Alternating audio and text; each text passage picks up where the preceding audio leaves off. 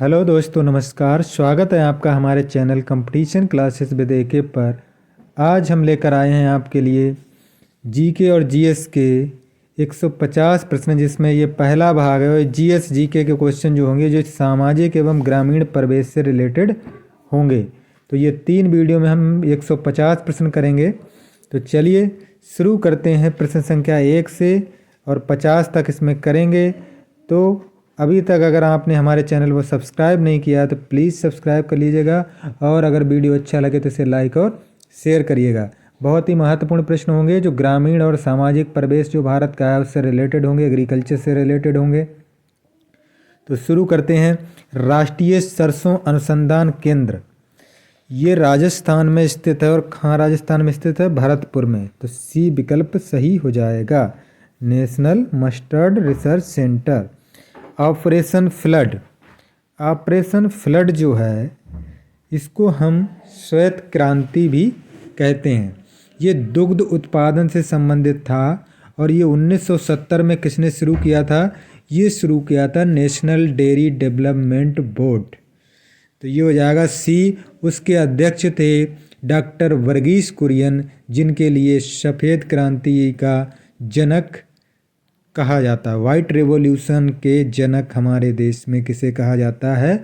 वो हैं डॉक्टर वर्गीस कुरियन। उन्हीं के द्वारा एनडीडीबी द्वारा 1970 में ये चलाया गया था। किसी गांव के भूखंडों को एक विशिष्ट क्रमांक से दर्शाने वाला मानचित्र क्या कहलाता है? इसको हम खसरा कहते हैं। जो लेखपाल भूखंड, कोई ज़मीन है उसका जो मानचित्र को दर्शाता है, मानचित्र को दर्शाता है, मानचित्र, तो ये खसरा ही हो जाएगा। खसरा जो लेखपाल प्रदान करता है। बी विकल्प सही हो जाएगा। निम्नलिखित में से किस उपकरण का प्रयोग भूमि मापन में नहीं किया जाता? तो इनमें से कौन सा उपकरण है जिसका भूमापन में यूज नहीं होता है? जरीब का होता है, कंपास का होता है, थियोडोलाइट का होता है, पायरोमीटर का यूज़ नहीं होता है। क्योंकि पायरोमीटर जो होता है वो हाई टेम्परेचर नापने के लिए इस्तेमाल किया जाता है। जैसे सूर्य का टेम्परेचर, पायरोमीटर हाई टेम्परेचर के लिए यूज किया जाता है। शुष्क खेती में वार्षिक वर्षा कितने सेंटीमीटर से कम पाई जाती है? तो उसे हम शुष्क खेती के जहाँ 500 मिलीमीटर से कम वर्षा होती है उसे हम कहते हैं शुष्क। यानी 50 सेंटीमीटर की बात हो रही तो ये 50 हो जाएगा। ए विकल्प सही हो जाएगा। वृक्षों तथा झाड़ियों की कृषि जिसमें उनका संरक्षण एवं संवर्धन होता कहलाता है। ये कहलाता है आर्बोरी कल्चर। आर्बोरी कल्चर, आर्बोरी कल्चर होगा जी। आर्बोरी कल्चर को जो झाड़ियों की हम अध्ययन कहते हैं, तो इसका विकल्प हो जाएगा ए। सेरी कल्चर जो होता है ये रेशम कीट पालन होता है, रेशम का उत्पादन होता है। बिटी कल्चर जो होता है हमारा अंगूर की खेती से, अंगूर उत्पादन से रिलेटेड होता है। और मोरी कल्चर जो होता है, मोरस अल्वा जो वैज्ञानिक नाम होता है वो शहतूत का होता है। तो शहतूत की खेती को हम कहते हैं मोरी कल्चर। और ब्रिटिश बेनीफेरा जो होता है वो अंगूर का होता है, इसलिए इसको बिटी कल्चर कहते हैं। और सेरी कल्चर रेशम कीट पालन या रेशम उत्पादन को कहते हैं। अर्बोरी कल्चर हो जाएगा इसका ए विकल्प। वसूली कीमत सामान्यतः किस स्तर पर निर्धारित की जाती है? तो ये वसूली कीमत जो है बाजार कीमत से कम पर निर्धारित की जाती है। तो ए विकल्प सही हो जाएगा। कृषि में युग्म पैदावार का आशय क्या है? युग्म पैदावार का क्या उगाने से है? तो इसका मतलब होता है एक ही साथ 2 फसलों को उगाना। एक ही साथ, जिसे मिक्स्ड क्रॉपिंग कहते हैं, मिक्स्ड क्रॉपिंग। अगला हो जाएगा पादप लय। फाइटोट्रॉन एक सुविधा। फाइटोट्रॉन का क्या होता है? नियंत्रित परिस्थितियों में पौधों को उगाने के लिए इस्तेमाल किया जाता है, कंट्रोल्ड कंडीशन में। तो सी विकल्प सही हो जाएगा। देश के कृषि क्षेत्र के सर्वाधिक भाग पर खाद्यान्न फसलों को उगाया जाता है। दूसरे नंबर पर कौन सी फसलें आती हैं? तो जो दूसरे नंबर पर इसमें फसलें आती हैं उनको पूछ रहा है। दूसरे नंबर पर, पहले में हो जाएगा खाद्यान्न, और दूसरे नंबर पे जो होगा हमारा तिलहन फसलें आती हैं, तिलहन। बी विकल्प सही हो जाएगा। धारणीय कृषि का अर्थ है, इसको हम कहते हैं इंग्लिश में सस्टेनेबल एग्रीकल्चर। सस्टेनेबल एग्रीकल्चर यानी बिना उसकी गुणवत्ता अक्षुण्ण रखे, गुणवत्ता उसकी बिना नष्ट हुए कृषि का उत्पादन क्या कहलाता है हमारा? धारणीय कृषि। तो इसका हो जाएगा भूमि का इस प्रकार उपयोग कि उसकी गुणवत्ता अक्षुण्ण बनी रहे। तो सी विकल्प सही हो जाएगा। शाहजहानी जरीब की कुल लंबाई कितनी होती है? जरीब जो दो होती हैं, एक मीट्रिक होती है, एक शाहजहानी होती है। तो इसकी लंबाई जो होती है लगभग 165 फीट। सी विकल्प सही हो जाएगा। मीट्रिक जरीब में कड़ियों की संख्या, तो मीट्रिक जरीब में कड़ियों की संख्या होती है 100, जो लेखपाल इस्तेमाल करते हैं।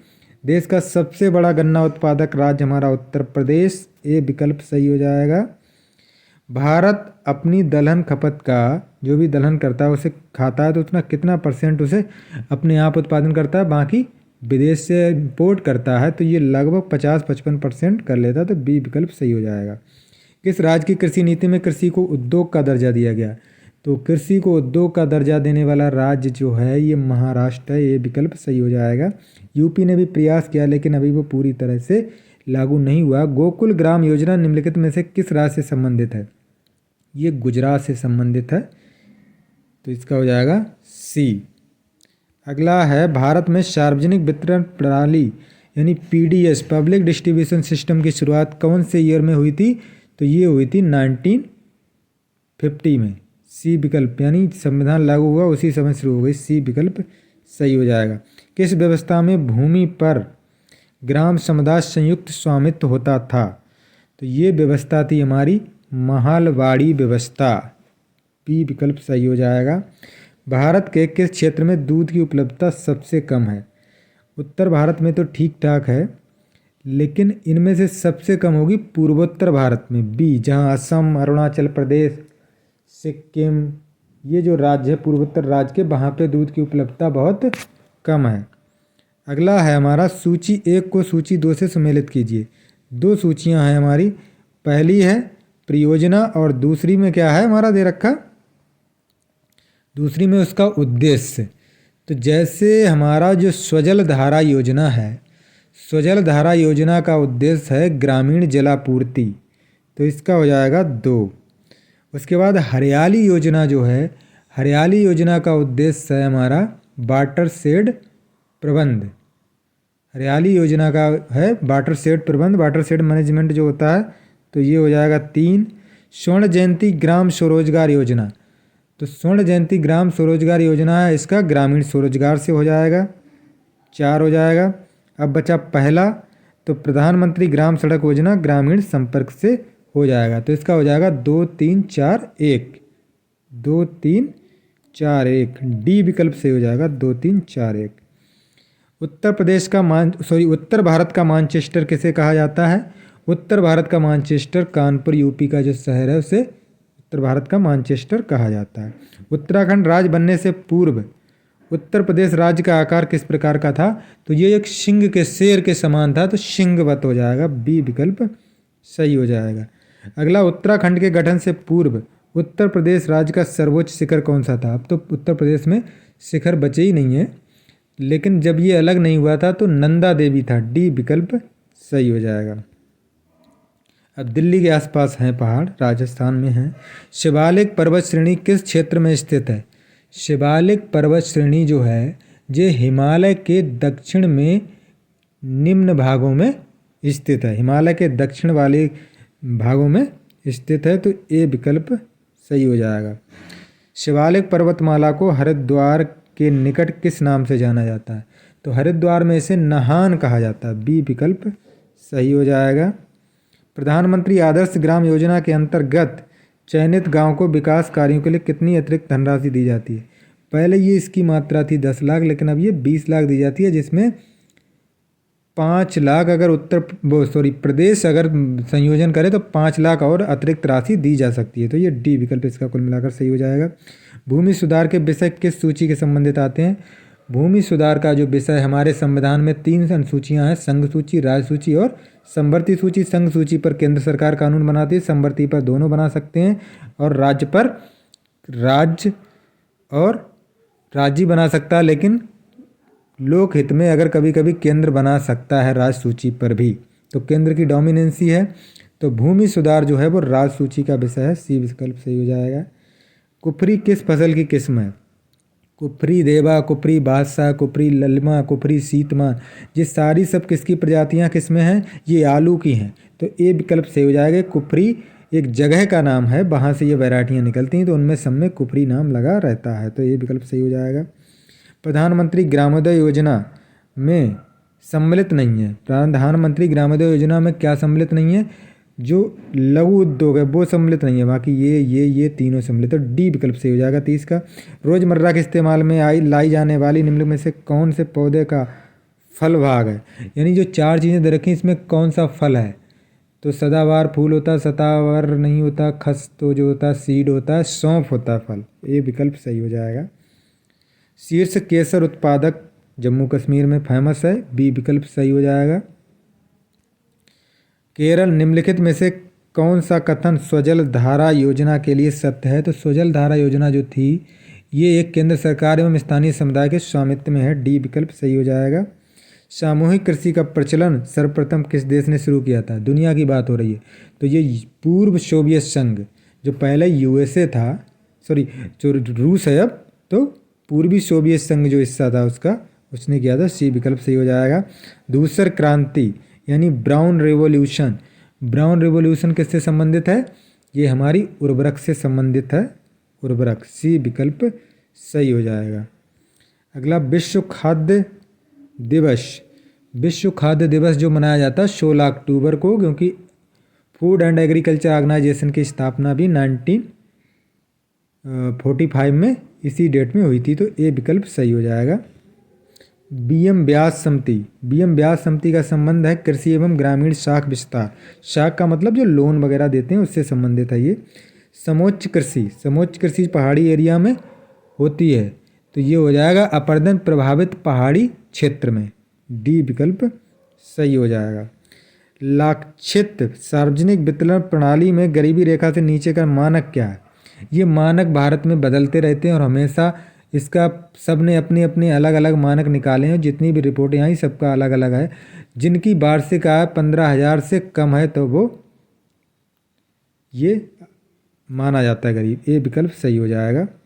केंद्र सरकार द्वारा कृषि मजदूरी सामाजिक सुरक्षा योजना की शुरुआत की गई थी, तो ये कब की गई थी शुरुआत? ये शुरुआत की गई थी 1 जुलाई 2001 को, सी विकल्प सही हो जाएगा।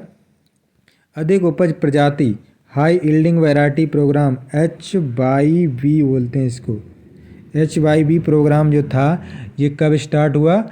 ये 1965-66 में हुआ। इसी के बाद हमारी ग्रीन रिवॉल्यूशन यानी हरित क्रांति आई। जो हमारे MS स्वामीनाथन जो थे वो हमारे हरित क्रांति के भारत में जनक कहे जाते हैं। उन्हीं के प्रयास से मैक्सिको से गेहूं की प्रजातियां लाई गई और ये हाई यील्डिंग वैरायटी प्रोग्राम जारी हुआ, तो ये 1965-66 में शुरू हुआ था।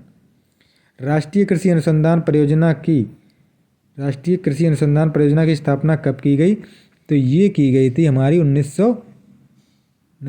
ये की गई थी हमारी राष्ट्रीय कृषि अनुसंधान परियोजना की शुरुआत जो की गई थी वो की गई थी 88 में, तो ये हो जाएगा डी विकल्प सही।